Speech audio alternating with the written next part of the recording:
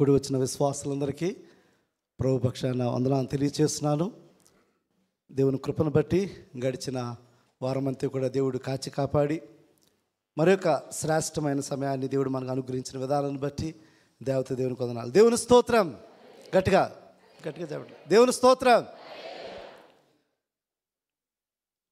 ఈ వారం నుంచి మరొక న్యూ సిరీస్లో దేవుని వాక్యాన్ని మనం ధ్యానం చేయబోతున్నాం.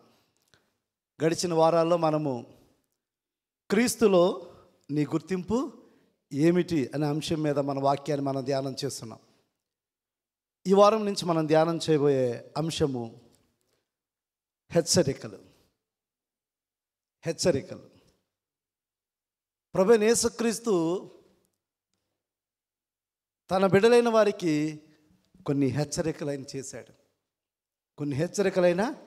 చేశాడు. ఒక విధంగా చెప్పాలంటే చివరి హెచ్చరికలు అని చెప్పాలి. చివరి హెచ్చరికలు. విశ్వాస జీవితంలో హెచ్చరికలు లేనట్లయితే మనం డిసెప్షన్కు లోనవుతాం, అంటే మోసగింపబడుతూ ఉంటాం. ఇది నేటి సమాజంలో మనం చూస్తున్నప్పుడు ద కేటిక్ వరల్డ్, లోకమంతా కూడా అనేకమైన ఫిలాసఫీస్ చేత, లోకమంతా కూడా అనేకమైన సంస్కృతుల చేత, లోకమంతా కూడా అపవిత్ర చేత నిండిపోయిన ఈ పరిస్థితిలో ఒక నిజమైన క్రీస్తు విశ్వాసి ఏ విధంగా విశ్వాస జీవితాన్ని కొనసాగించాలి, ఇది చాలా ముఖ్యమైనది. నిజమైన క్రైస్తవ విశ్వాసాన్ని సరైన పద్ధతిలో మనం కొనసాగించలేకపోయినట్లయితే ఈరోజు నీవు నేను కూడా మోసగింపబడడానికి ఏమాత్రం కూడా అతిథులము కాదు. ఒకప్పుడు వాక్యాన్ని వినడానికి మనకి చాలా తక్కువ అవకాశాలే ఉంటుండే. మనకి ఈరోజు వాక్యం వినడానికి, చూడడానికి ఈరోజు అనేకమైన వేస్ ద్వారా ఈరోజు వాక్యాన్ని చూస్తున్నా. యూట్యూబ్ ఛానల్ ద్వారా, టీవీస్ ద్వారా, మొబైల్స్లో, ఈ విధంగా మనం చూస్తున్నప్పుడు వాక్యము విరివిగా మనం చూడడానికి, వినడానికి ఈరోజు అనేకమైన అవకాశాలు మనకి ఉన్నాయి. But at the same time the following the right truth is very important. నిజమైన వాక్య సత్యాన్ని అనుసరించి జీవించడం విశ్వాస జీవితానికి చాలా ముఖ్యమైనది. ఎందుకంటే ఆ నిజమైన వాక్య సత్యాన్ని మనము అనుసరించి జీవించకపోతే మోసగింపబడతాం మనందరం కూడా. కాబట్టి దానికి కారణం ఏంటో తెలుసా? చాలామందికి వాక్యము సరైన రీతిలో అర్థం చేసుకోలేకపోవడం, వాక్యం తెలియకపోవడం. చాలామందికి వాక్యము తెలియదు. వాక్యాన్ని చదివేవారు చాలా తక్కువ మంది ఉంటున్నారు. క్రమంగా రెగ్యులర్గా వాక్యాన్ని చదవని వారు, అధ్యయనం చేయని వారు అనేక మంది ఉండుటను బట్టి వారు చాలా సందర్భాల్లో ఈ కాంటెంపరీ వరల్డ్లో అనేక మంది అనేక రకాలుగా మోసగింపబడుతున్నారు. అమెరికా దేశంలో ఒక వ్యక్తి, ఒక దైవజనుడు, ఆయన పేరు విలియం మిల్లర్. ఈ విలియం మిల్లర్ అనే ఒక దైవజనుడు, అతడు తన యొక్క వాక్యం ద్వారా అనేక మందిని ఆయన ప్రభావితం చేశాడంట.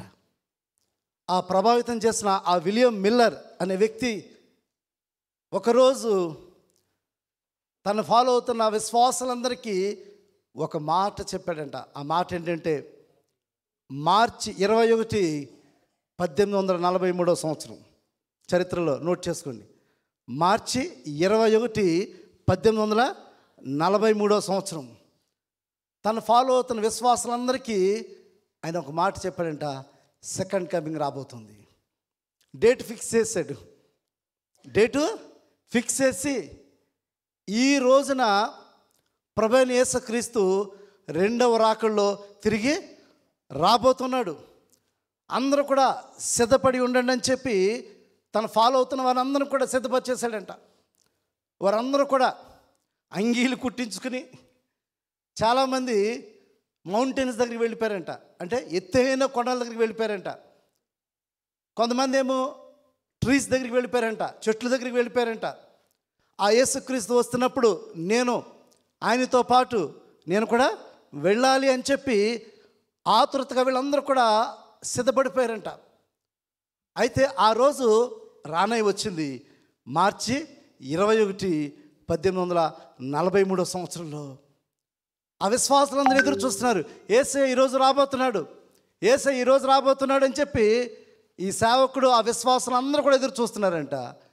అయితే ఆ రోజు యేసయ్య రాలేదు. వారందరూ కూడా చాలా నిరుత్సాహపడిపోయారంట. వారు చాలా అప్సెట్ అయిపోయారంట. అయ్యా, నువ్వు చెప్పావు ఈ రోజున యేసయ్య తిరిగి రాబోతున్నాడు అని చెప్పావు.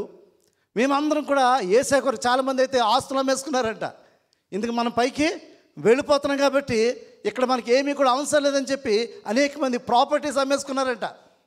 అటు రీతిగా కొండల దగ్గరికి వెళ్ళిన వారు, ఆ ట్రీస్ దగ్గర ఎక్కి అక్కడి నుంచి చూస్తున్నవారు అనేక మంది ఆ రోజు నిరుత్సాహపడిపోయారంట. అయితే వచ్చి అడిగినప్పుడు ఆయన చెప్పాడంట, నేను తప్పుగా మీకు చెప్పాను, మరలా 365 రోజులు ఆగండి, మరలా దేవుడు రాబోతున్నాడని చెప్పాడంట. అయితే ఆయన చెప్పిన రీతిగా ప్రభువైన యేసుక్రీస్తు రాలేదు. చాలా సందర్భాల్లో మనమందరం కూడా ఇటు రీతిగా మోసగింపబడుతున్నామేమో ఒక్కసారి ఆలోచన చేయండి. డిసెప్టివ్నెస్, స్పిరిచువల్ లైఫ్లో మోసగింపబడటం అనేది ప్రభువైన యేసుక్రీస్తు భవిష్యత్తు గురించి ముందుగానే ఆయన చెప్పి ఉన్నాడు. భవిష్యత్తును గురించి ముందుగా ఆయన చెప్పినాడు. నేటి మన యొక్క సమాజంలో మనం చూస్తున్నప్పుడు ఎలక్షన్స్ అయిపోయినాయి. ఎలక్షన్స్ అయిపోయిన తర్వాత there were so many predictions, అనేకమైన ప్రిడిక్షన్స్ మనకి చెప్పబడుతున్నాయి. ఫలానా పార్టీ ఇన్ని సీట్లతో అది నెగ్గబోతుంది, ఫలానా పార్టీ ఇన్ని సీట్లతో అది వస్తుందని చెప్పి అనేకమైన ప్రిడిక్షన్ వాళ్ళు చెప్తున్నారు. అనేక మంది నమ్ముతున్నారు, అనేక మంది సంతోషంగా ఉన్నారు. But we do not know June 4th వరకు కూడా మనందరం కూడా వేచి ఉండాలి. అయితే ప్రభువైన యేసుక్రీస్తు వీటి గురించి చెప్పలేదా? భవిష్యత్తు గురించి, భవిష్యత్తులో జరగబోయే విషయాల గురించి ఆయన చెప్పలేదంటే ఆయన స్పష్టంగా ఆయన చెప్పి ఉన్నాడు.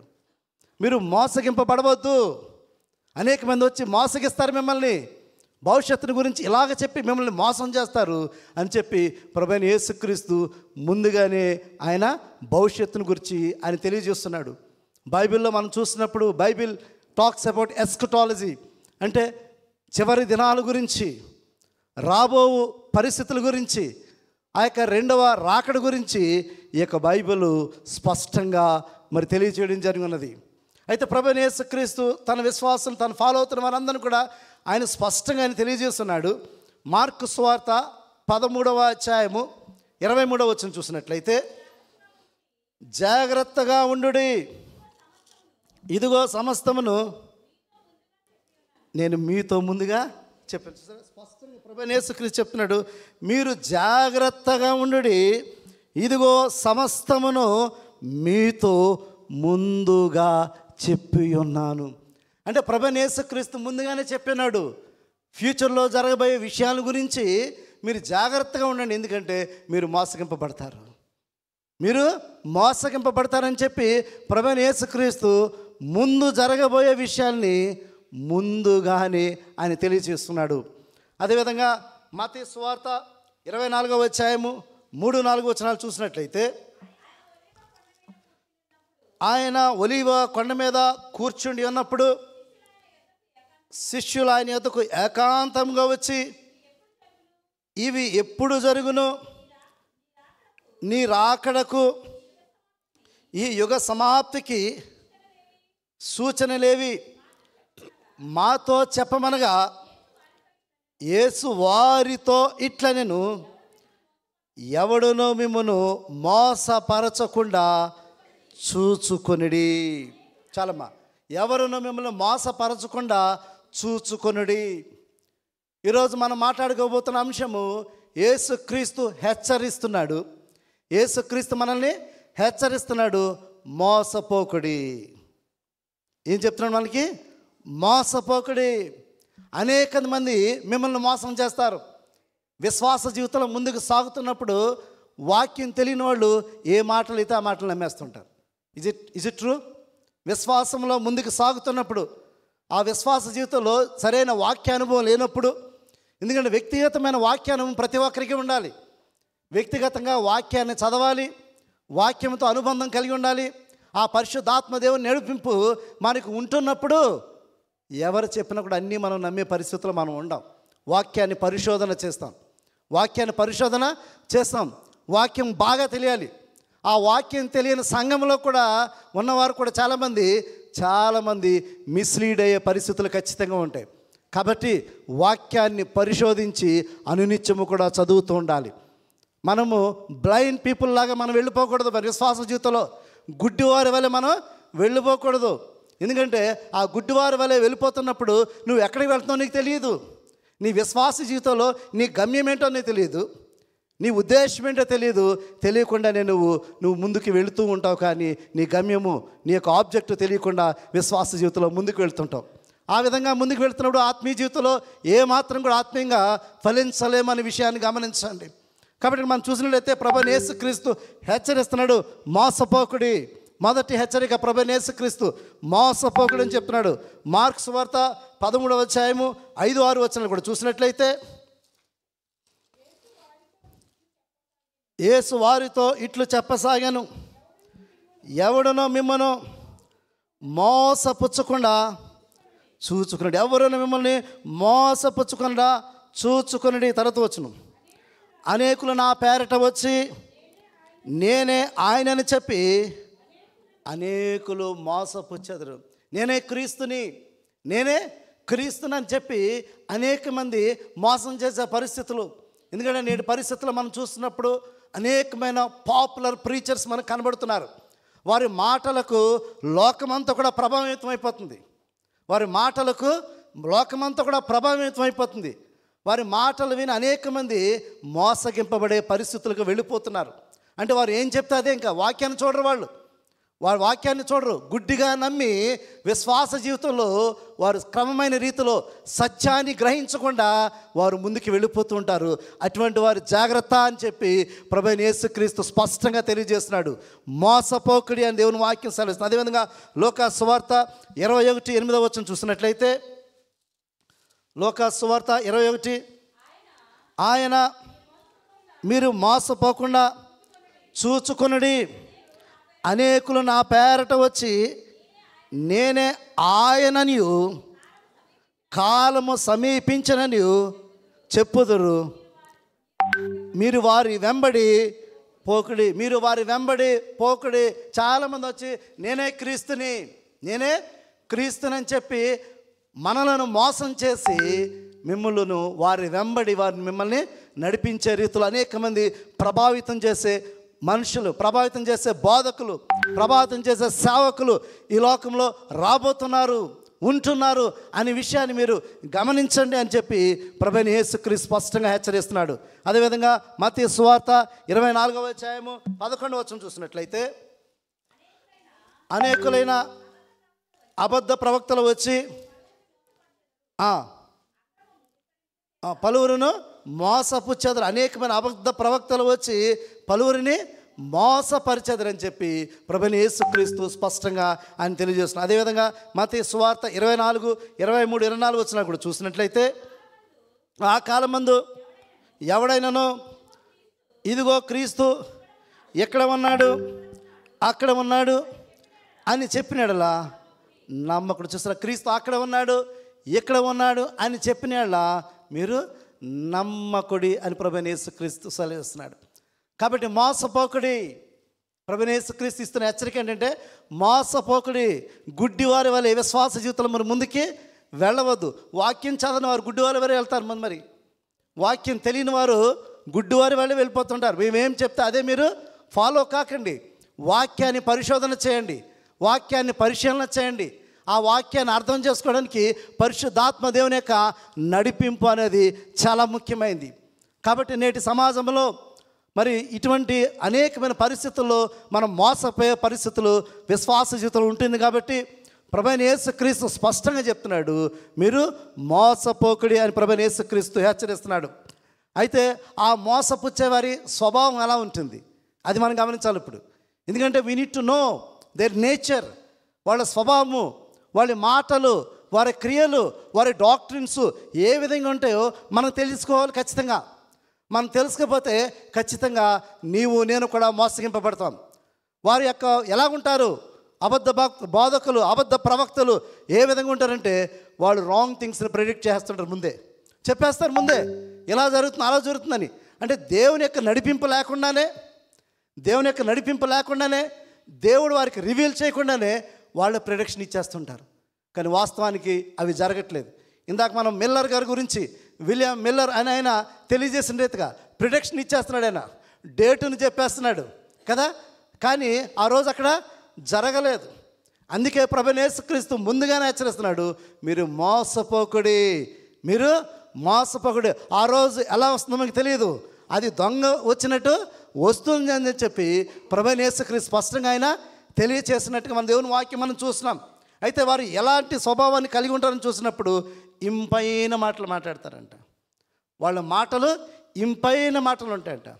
వారి మాటలు కుయుక్తి అయిన మాటలు ఉంటాయంట. వారి మాటలు వ్యర్థమైన మాటలు ఉంటాయంట. అంటే మాటల ద్వారా బురిడి కొట్టించేస్తారు విశ్వాసం. మాటల ద్వారా బురిడి కొట్టించేస్తుంటారు.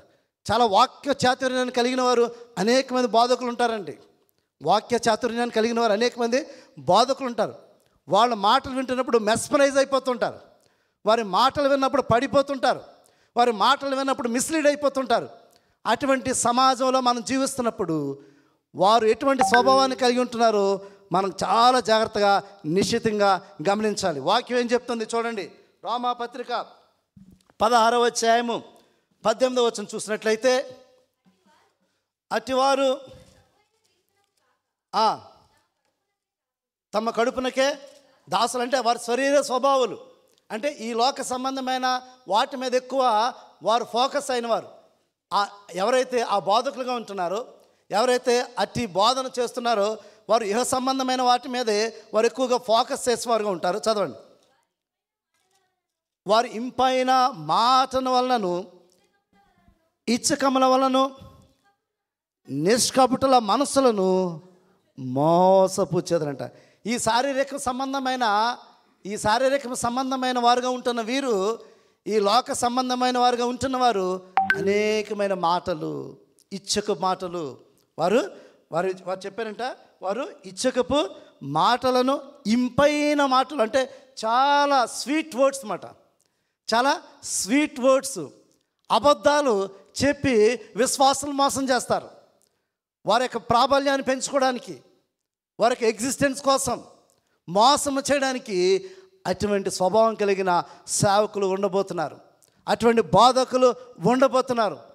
జాగ్రత్త, వారి మాటలు ఈ విధంగా ఉంటాయని చెప్పి దేవుని వాక్యము స్పష్టంగా తెలియజేస్తుంది.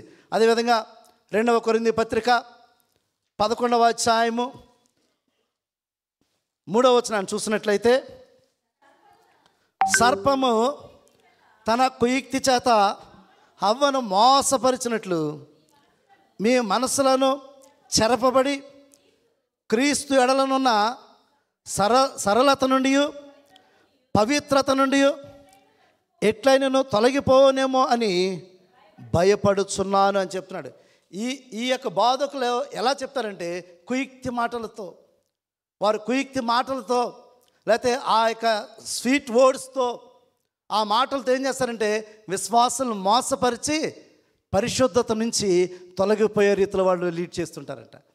అంటే దేవుని యొక్క వాక్యం నుంచి, పవిత్రత నుంచి, ఆత్మీయ జీవితం నుంచి తొలగిపోయే రీతిలో వారి మాటలు ఉంటాయంట. అంటే మోసం చేసి, ఆ రోజు హవ్వమ్మ అదే చెప్పింది కదా, ఆ రోజు ఆ యొక్క సర్పము హవ్వమ్మను అట్టి రీతిగానే మోసం చేసింది. ఆ కుయుక్తి మాటలతో అవ్వమ్మకు ఆ మాటలు చెప్పిన వెంటనే అవ్వమ్మ పడిపోయింది. దేవుడు ఏమో చెప్పాడు, ఈ పండుని తినవద్దని చెప్పాడు. ఆ పండును తిను, ఆ పండు తింటే నువ్వు చనిపోవని చెప్పిన వెంటనే ఆ మాటలు నమ్మేసింది ఆమె. కాబట్టి అనేకమైన కుయుక్తి మాటలతో వారు ఏం చేస్తారంటే మిమ్మల్ని మోసం చేస్తారు.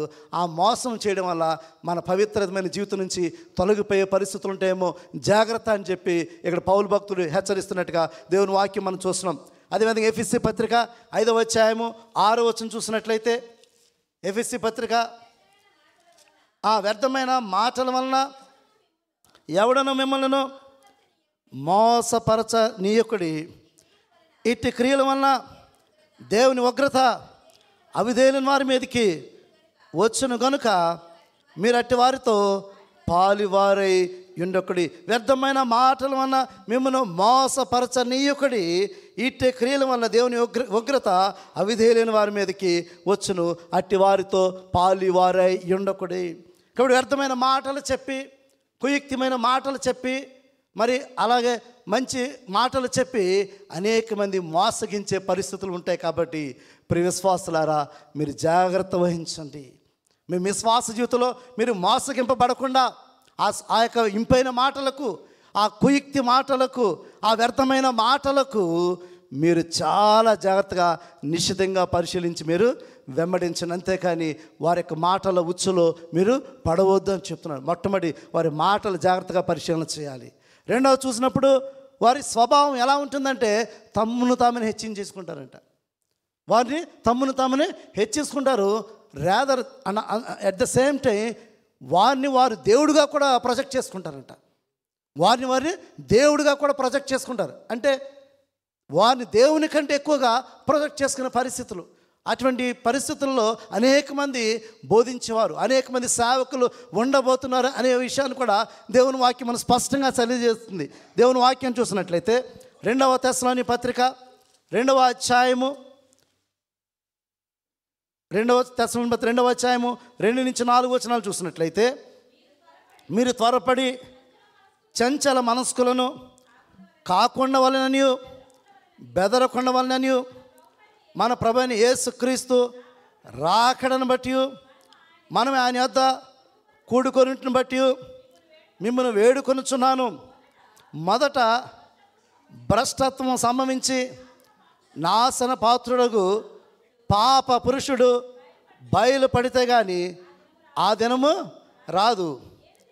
ఏది దేవుడు అనబడినో, ఏది పూజింపబడినో దానంతటిని ఎదిరించుచు, దానంతటికి పైగా వాడు తన్ను తానే హెచ్చించుకొని తానే దేవుడినని కనబరుచుకొనుచు దేవుని ఆలయములో కూర్చుండును గనుక ఏ విధముగానైనను ఎవ్వడును మిమ్మును మోసపరచనీయుకుడు. చూసారా, వారు తమను తాము దేవుడిగా కనబరుచుకుని ఆలయంలో కూర్చునే పరిస్థితులు. ఒక్కసారి ఆలోచించేయండి. తమను తాము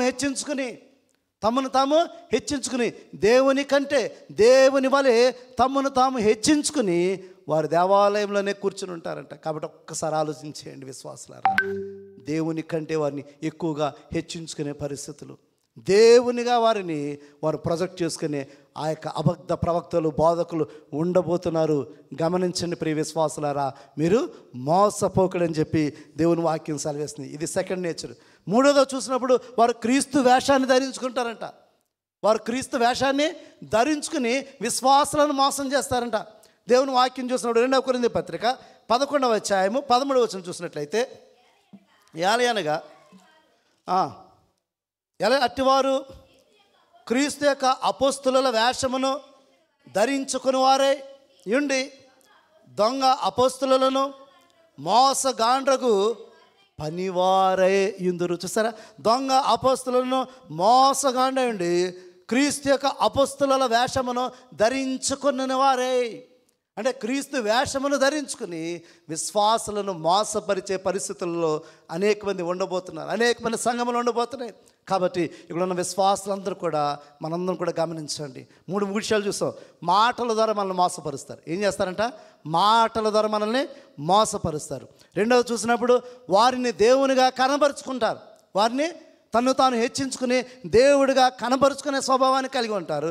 మూడవది చూసినప్పుడు క్రీస్తు వేషమును ధరించుకుని విశ్వాసులను మోసము చేసే స్వభావాన్ని కలిగి ఉంటారు. ఇటువంటి స్వభావం కలిగిన వారు ఎవరు కనబడినా సరే మీరు మోసపోకడి అని దేవుని వాక్యం మనల్ని హెచ్చరిస్తున్నది. అయితే పాత నిబంధన కాలంలో చూసినప్పుడు మరి దేవాలయంలో అపవిత్రతకు స్థానం కల్పించినారు. ఆనాటి దేవాలయంలో మరి విగ్రహాలకు స్థానం కల్పించినారు. ఆ పరిస్థితుల్లో మరి ఆనాటి రాజు యోషియా అనే ఒక రాజు అతి పెన్న వయసులోనే రాజు అయ్యాడంట. యోషియా అనే ఒక రాజు అతి పెన్న వయసులోనే రాజు అయ్యాడంట. అతి పెన్న వయసులోనే రాజు అయిన తర్వాత దేవాలయంలో ఉన్న ఆ విగ్రహాలను దేవాలయంలో చూడండి, అసలు ఎంత ఆశ్చర్యమో చూడండి. యెహోవా దేవుడిని ఆరాధించవలసిన దేవాలయంలో ఇతర దేవతలను ఆరాధించే ప్రతిమలు కనబడి అంట. ఎంత దారుణమైన పరిస్థితి అండి. యెహోవా దేవుణ్ణి ఆరాధించవలసిన ఆ దేవాలయంలో ఇతర దేవతల యొక్క ప్రతిమలు కనుగొన్న పరిస్థితిని మనం చూస్తున్నాం. దేవుని వాక్యం చూసినప్పుడు 2వ రాజుల గ్రంథము 23వ అధ్యాయము 4-5 వచనాలు చూసినట్లయితే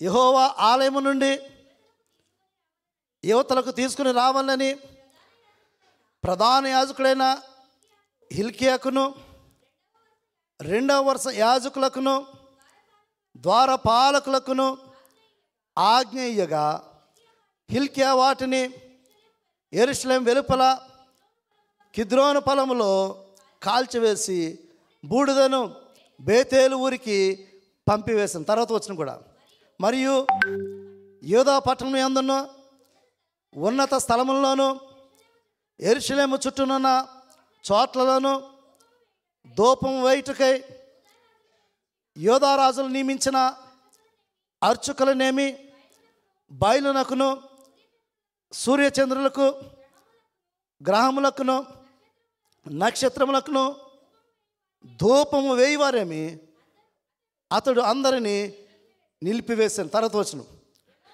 యెహోవా మందిరమందున్న అషీరాదేవి ప్రతిమను యెరూషలేము వెలుపలనున్న కిద్రోను వాగు దగ్గర తెప్పించి కిద్రోను వాగు ఒడ్డున దాన్ని కాల్చి త్రొక్కి పొడుము చేసి ఆ పొడుమును సామాన్య జనుల సమాధుల మీద చల్లాను. తర్వాత వచనం కూడా మరియు యెహోవా మందిరమందున పురుషగాముల ఎండ్లను పడగొట్టించను.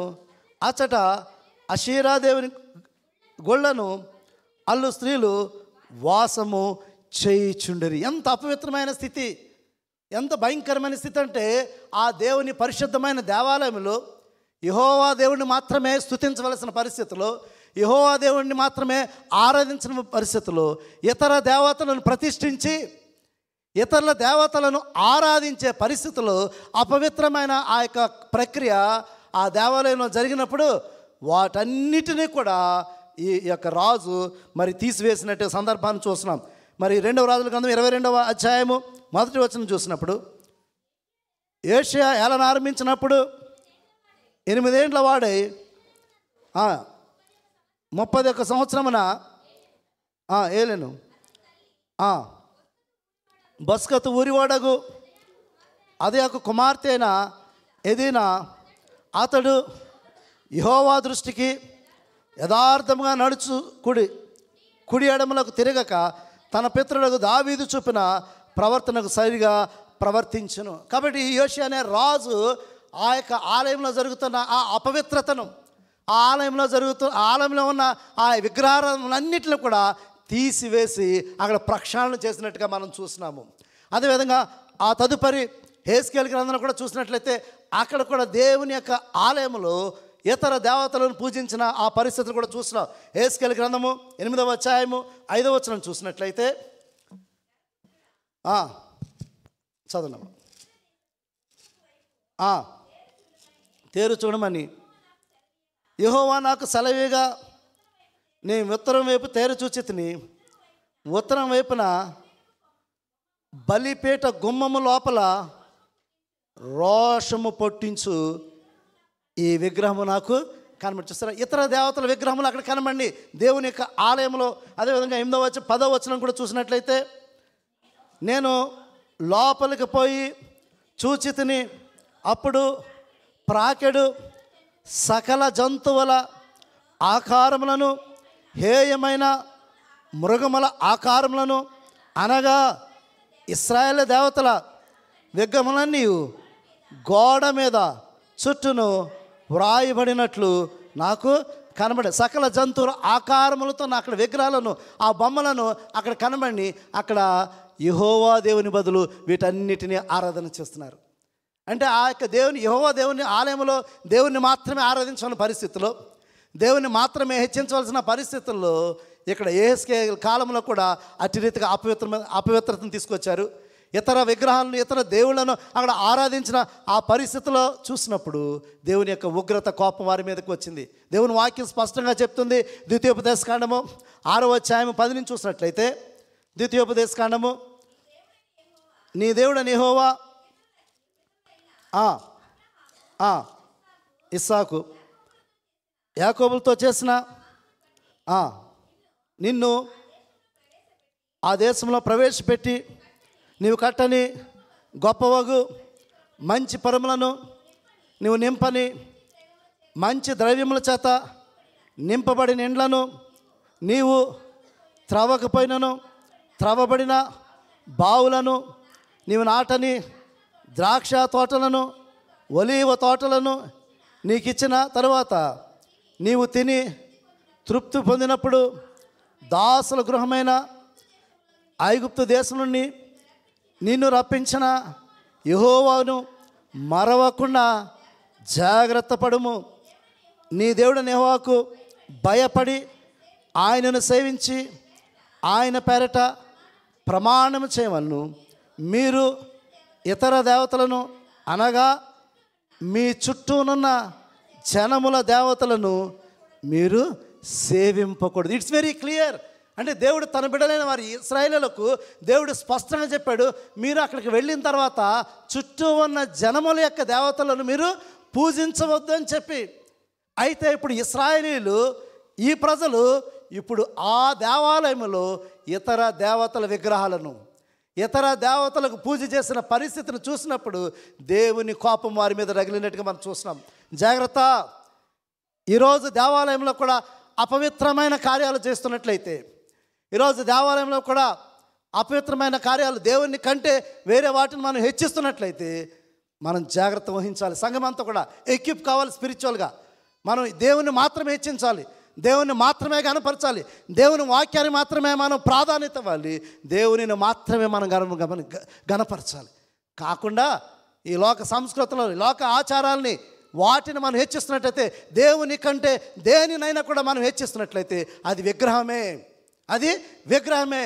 ఆలయం అపవిత్రమవుతుంది, దేవునికి ఆరాధన అపవిత్రమవుతుంది. కాబట్టి ఇదేనా ఇక్కడ ఉన్న మనందరం కూడా గమనించండి. దేవుని బిడ్డలైన మనం మోసపోకడి, అపవిత్రమైన వాటిని, అపవిత్రమైన విగ్రహాలని అని ఈ లోకాన్ని మనలో తీసుకురాకుండా మనం జాగ్రత్తగా ఉండాలి. అట్టి రీతిగా ఉన్నట్లయితే లోకంలో ఉన్నవారికి మనకి తేడా లేదు, లోకంలో ఉన్నవారికి మనకి కూడా తేడా లేదు. ఇది దేవుని యొక్క సన్నిధి, ఇది దేవుని యొక్క సంఘము, క్రీస్తు యొక్క శరీరం. ఇది ఈ క్రీస్తు యొక్క శరీరము పవిత్రంగా ఉండాలి. ఈ క్రీస్తు యొక్క శరీరం ద్వారా దేవుని నామాన్ని మాత్రమే గణపరచాలి. అంత మాత్రం. కానీ లోకము దీనిలోనికి రాకూడదు, లోకం దీనిలోనికి రాకూడదు. దేవుణ్ణి మాత్రమే హెచ్చింపబడాలి. కాబట్టి ఇక్కడ చూసినట్లయితే మోసము దేవాలయంలో చూసి డిసెప్షన్ ఇన్ ద చర్చ్. మరి ఆనాడు దేవాలయంలో మరి విగ్రహములను పెట్టి అపవిత్రమైన కార్యములు చేసి దేవుని ఉగ్రతకు మరి ఆ దినాన వారందరూ కూడా గురి అయినారు. ఈరోజు సంఘం అంతా కూడా ఎక్విప్ కావాలి. స్పిరిచువల్గా మనందరం కూడా దేవుని మాత్రమే సంఘంలో హెచ్చించాలి. పవిత్రమైన కార్యములు మాత్రమే దేవాలయంలో జరగాలని దేవుని వాక్యం సాలేస్తుంది. అయితే వీటన్నిటికీ బిహైండ్ ద స్క్రీన్ ఉన్నది ఎవరు? వీటన్నిటికీ బిహైండ్ ద స్క్రీన్ ఉన్నది ఎవరంటే సాతాను. వీటన్నిటికీ బిహైండ్ ద స్క్రీన్ ఉన్నది సాతాను.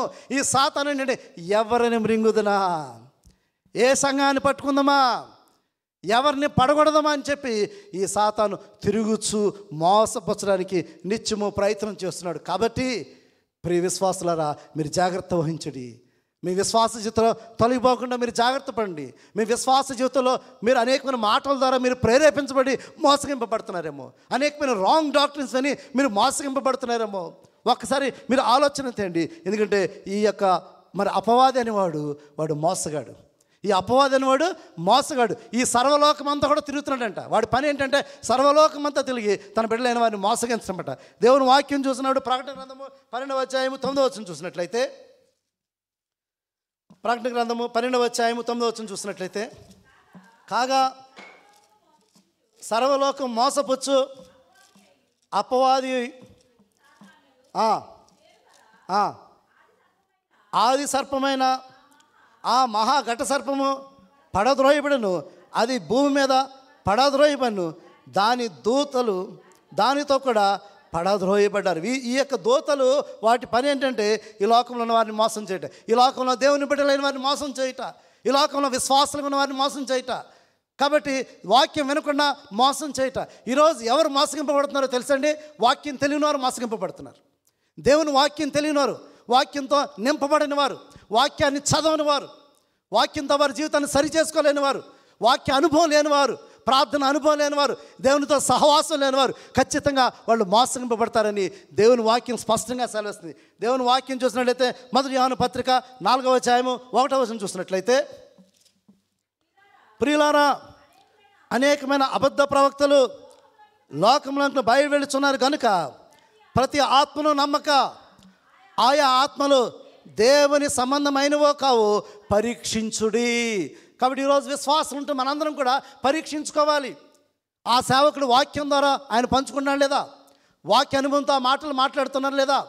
వారి మాటలు, వారి క్రియలు, వారి స్వభావం, వారి ఆలోచనలు ఏ విధంగా ఉన్నదో, వారు దేవుని ఆత్మను కలిగి ఉన్నవారు కాదో ఒక్కసారి మనం ప్రతిదీ కూడా ఆత్మ పరిశీలన చేసుకుని పరీక్షించి మనం ఫాలో అవ్వాలి. అంతేకాని గుడ్డుగా మీరు ఫాలో అవ్వద్దు. గుడ్డుగా మీరు ఫాలో అవుతుంది. ఎక్కడి నుంచి మేము ఏం చెప్తున్నా అన్ని గుడ్డు మీరు ఫాలో అవ్వాల్సిన అవసరం లేదు. ప్రతిదీ కూడా ఆత్మ పరిశీలన చేసుకుని వాక్య అనుభవం కలిగి ఉండి పరీక్షించుకొని ఆ వాక్యం మాత్రమే ఫాలో అవ్వాలి. కానీ అది వాక్యానికి సరితూగుతుందో లేదో చూసుకుని మాత్రమే మీరు దాన్ని వెంబడించాలి. కానీ వాక్యానికి భిన్నమైన సువార్త, వాక్యానికి భిన్నమైన మాటలు ఏది చెప్పినా కూడా మీరు అనుసరించొద్దని వాక్యం సెలవేస్తుంది. అదేవిధంగా మొదటి తిమోతి పత్రిక 4వ అధ్యాయం 1-2 వచనాలు చూసినట్లయితే, అయితే కడవరి దినములలో కొందరు అబద్ధికులు వేషధాన్యముల మోసపరుచు ఆత్మనందును దయ్యముల బోధయందును లక్ష్యముంచి విశ్వాసుల భ్రష్టులగుదురని ఆత్మ తేటగా చెప్పుచున్నాడు. ఆ అబద్ధికులు వాతవేమన్నా మనస్సాక్షి గలవారే, వివాహము నిషేధించచ్చు, సత్య విషయమైన అనుభవ జ్ఞానం గల విశ్వాసులను కృతజ్ఞతాస్తుతులు చెల్లించుపుచ్చుకును నిమిత్తము దేవుడు సృజించిన ఆహార వస్తువులు కొన్నిటిని తినుట మానవలని వాళ్ళు చెప్పుదురు. అంటే అనేక రీతిలుగా మిస్లీడ్ చేయడానికి, అనేక రీతిలుగా వాళ్ళు రాంగ్ డాక్ట్రిన్స్ మాట. వివాహం చేసుకోవద్దు, మీరు ఇవి తినకూడదు అంటే బైబిల్లో లేని దాన్ని, బైబిల్లో లేని వాటిని కూడా వాళ్ళు బోధించి విశ్వాసాలను మోసపుచ్చే పరిస్థితులు ఈరోజు సమాజంలో రాబోతున్నాయి. కాబట్టి వాక్యం మీకు తెలియాలి, వాక్యాన్ని మీకు చదవాలి. మరి ఆది కాండం నుంచి ప్రకటన వరకు క్రమముగా రోజు వాక్యాన్ని మీరు చదువుతున్నప్పుడు పరిశుద్ధాత్మ దేవుని యొక్క అవగాహన మీకు దేవుడు నడిపిస్తాడు. కాబట్టి వాక్యం తెలియకుండా మీరు వచ్చి వింటున్నట్లయితే అనేక మంది మీరు మోసగించబడుతున్నారు. కాబట్టి గమనించండి. అదేవిధంగా ఫిలిప్పీ పత్రిక 2వ అధ్యాయము 15-16 వచనాలు చూసినట్లయితే, మీరు మూర్ఖమైన వక్రజనం మధ్య నిరపరాధులను, నిష్కలంకులను, అనిందులైన దేవుని కుమారులైనట్టు. ఎందుకంటే ఈ వక్రజనం మధ్య, ఈ అపవిత్రమైన ఈ లోకంలో, అపవిత్రమైన సంస్కృతులు కలిగిన ఈ లోకంలో జీవిస్తున్నప్పుడు మీరు నిష్కలంకులుగా, అనింజలుగా దేవుని కుమారులు ఉన్నట్టు సణుగులను, సంశయములను మాని సమస్త కార్యములు చేయడి. అట్టి జనం మధ్య మీరు జీవవాక్యమును చేత పట్టుకుని లోకమందు జ్యోతుల వలె కనబడాలి. కాబట్టి దేవుని వాక్యాన్ని చేత పట్టుకుని ఈ లోకంలో మనం ఏది చేస్తున్నా సరే, ఈ లోకంలో ఏ విధంగా మనం ముందుకు వెళ్తున్నా వాక్యం మనలో ఉండాలి, వాక్యం మన జీవితంలో ఉండాలి. ఈ వాక్యం మనకి వెలుగుగా ఉంటుంది. ఎవరి మాటలు మీరు నమ్మవలసిన లేదు, ఎవరి మాటలు మీరు నమ్మి మీరు మోసపడవలసిన అవసరం లేదు. వాక్యం చదవండి, వాక్యం చదవండి, వాక్యం అవగాహన చేసుకోవడానికి పరిశుద్ధాత్మ దేవుని నడిపింపు మనకు కావాలి. కాబట్టి వాక్యం తెలియకపోతే నువ్వు మోసగించబడతావు, వాక్యం అవగాహన లేకపోతే నువ్వు మోసగింపబడతావు.